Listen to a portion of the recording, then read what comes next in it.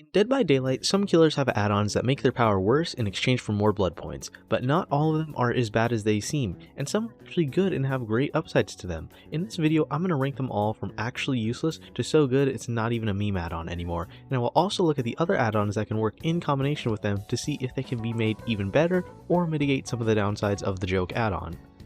Starting with number 15 in the F tier, we have Onryo's Videotape copy, which makes it so that teleporting to the TVs no longer applies the condemned status effect to survivors, which effectively makes her power useless. Onryo's game plan is to slowly over time teleport to TVs over and over applying the condemned status effect, meaning that without the ability to apply the status effect on command, the only way that survivors can get it is if they voluntarily grab the videotape copies from the TVs, which will slowly apply condemned to them over time.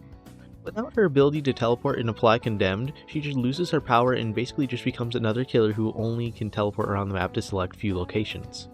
Next up in number 14 we have Hillbilly and his speed limiter. Hillbilly already has one of the weakest powers in the game with his saw getting an overheat mechanic, making it much harder to use in any scenario, so now removing its ability to instantly down survivors makes it near unusable.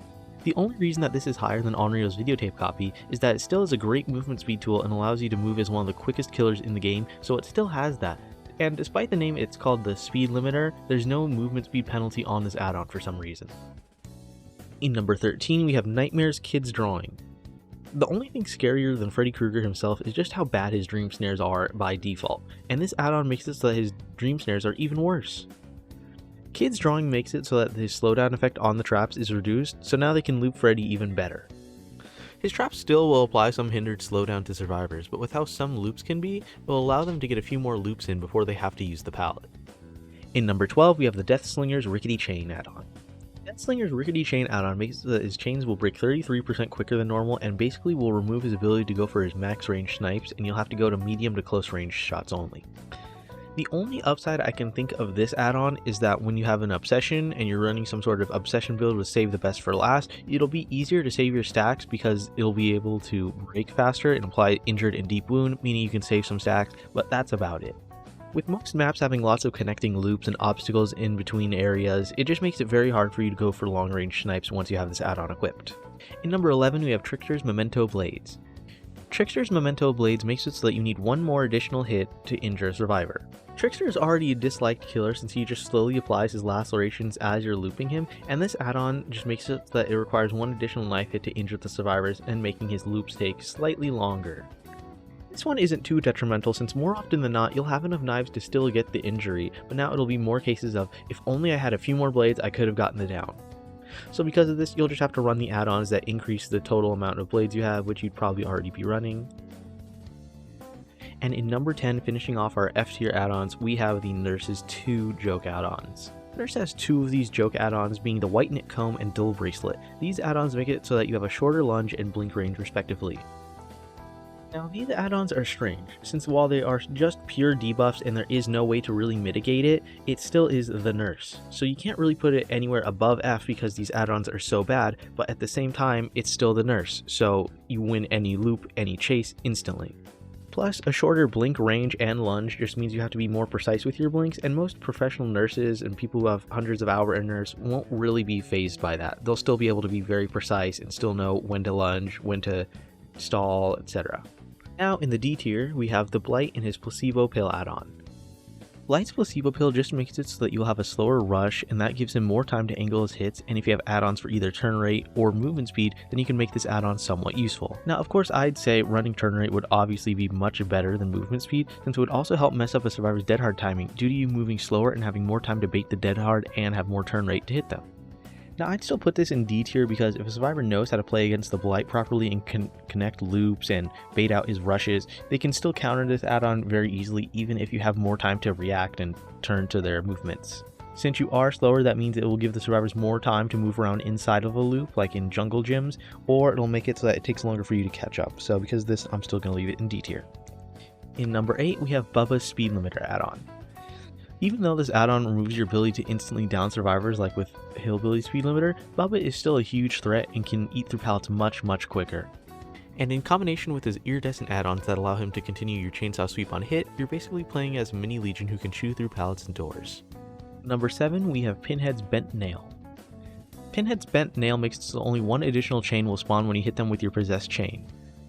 Pinhead still has many ways to apply chains outside of using his power in the possessed chain, like through the chain hunt or using some of his purple add-ons. His purple add-ons still work really well because they don't really rely on the additional chains that spawn. He can get aura reading and deep wound, and then when those additional chains do break through the environment, you can have that one purple add-on, I forget its name, but it will apply additional chains to them. And also that one of his add-ons, the Lion's Fang, is basically the exact same as this add-on, but will injure them. So if you know how to play with the Lion's Fang, you know how to play with the Bent Nail. Now, starting off the C tier where these add-ons can get some perk synergy, we have the Wraith and his Beast add-on. Wraith's Beast add-on makes it so that your terror radius is no longer hidden while cloaked, which allows you to have some synergy with terror radius perks like Dark Devotion, Unnerving Presence, Color Phobia, Starstruck, and many more. Would you ever really want to run these builds for Wraith and use this add-on? No, not really, but you could still do some pretty fun builds with it, and that's why I'm putting it in C tier. Now next up in C tier we have Trapper's Padded Jaws. I put Padded Jaws here because since they do not get injured, this will allow you to double tap some survivors and will allow you to get double stacks of certain perks. This means you can get double stacks of Play With Your Food or Remember Me and stuff like that, or you could still just pick them up and hook them like normal.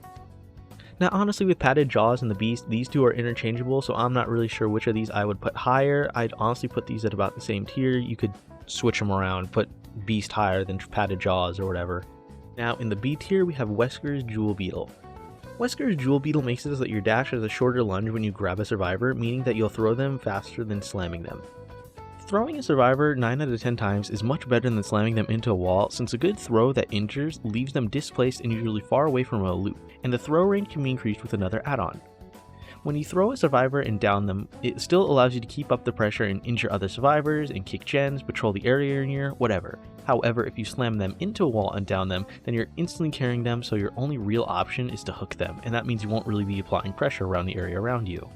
Now in the A tier, where it's starting to get good, we have Demogorgon's Rotten Pumpkin add-on. Now one of the main weaknesses of the Demogorgon is the fact that when your survivor completes a generator and you have a portal near it, and they don't cleanse that portal, you're basically down one of your portal uses. However, this add-on makes it so that when you teleport to a portal, that portal is then destroyed, meaning that you can keep up basically all your portals wherever you want and never have to worry about having them all placed in bad spots around the map. Most of the time, you would place portals by generators so that you can move between them quickly. However, once that generator is completed, there'd be no reason to use that portal or for the survivors to destroy it, since then, if they don't destroy it, you're down one portal use and you have less total points you can move around on the map. And if survivors aren't destroying your portals, you effectively just lose one of your portals for the entire match, which limits where you can go. However, if you have the pumpkin, you can just destroy your portals and place them in better spots, like near the exit gates or near hooks, wherever the key points of the match are. Now, in the S tier, where we have these god tier add-ons that are considered jokes by the devs. Starting off the S tier with the Plague's Prayer Tablet. The Plague's Prayer Tablet makes it so you lose the ability to infect survivors directly through your Vile Purge. However, this add-on gives you an upside, that being an improved infection time on objects by a whopping 40 seconds. And that's not all. This add-on also makes it so that while they're working on those infected objects, they get an increased amount of infection. This add-on, paired with Corrupt Intervention, effectively makes it so that if they want to work on any generators anywhere, they will have to become infected. A 40-second increase in infection time is huge, and making it so they have to get infected faster while working on it is just a double whammy. This meme add-on transcends into the goated tier, but it's not as good as this next add-on. The number one, without a doubt, hands down best quote-unquote meme add-on is the Never Sleep Pills. Now, I can just say what's good about it, or I can show you.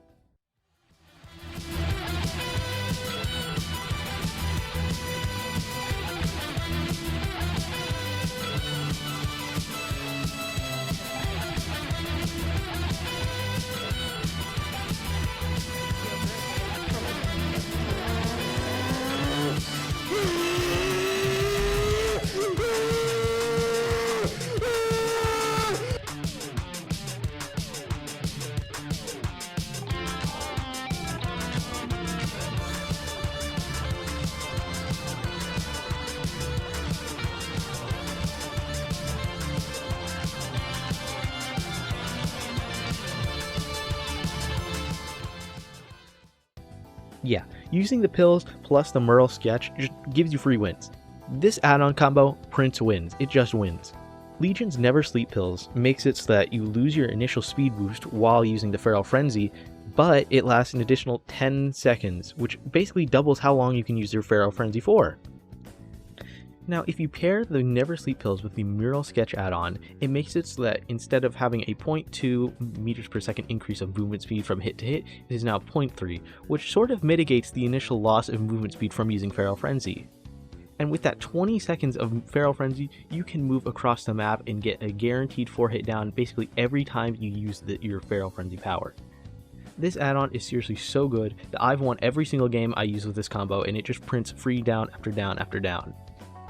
Now, if you disagree with any of the add-on placements on this video, I highly recommend you to comment it down below and tell me what you think about it. I always love hearing other people's point of view and perspective on add-ons and seeing where you think you would put them. Thanks for watching, and I hope you have some good matches in the fog. Bye-bye.